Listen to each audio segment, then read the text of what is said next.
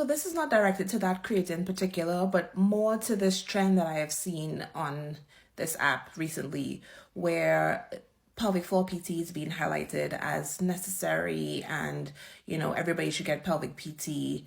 And while that is true, I feel like one part of the conversation is being lost that is very important. Go back and watch that video and look at that office, how beautiful it is, how nice and fancy. That's not something that a lot of people have access to.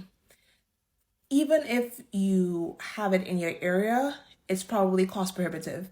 Who knows if your insurance is going to cover it? So it's nice to get on here and tell people this is what you need. Everybody in Europe gets this when they have their baby. This is what, but not letting people know that, hey, there's probably no pelvic PT in your area. Even if it is, you're probably not going to be able to afford it. Your insurance isn't going to cover it.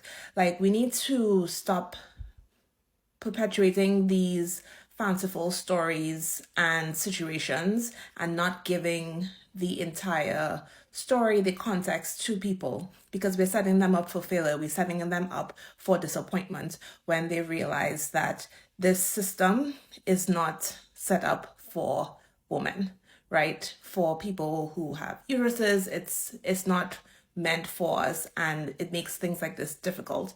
So yes, if you have the privilege of having access, it is essential care, but it may not be available to you. And that's something that I feel like needs to be acknowledged.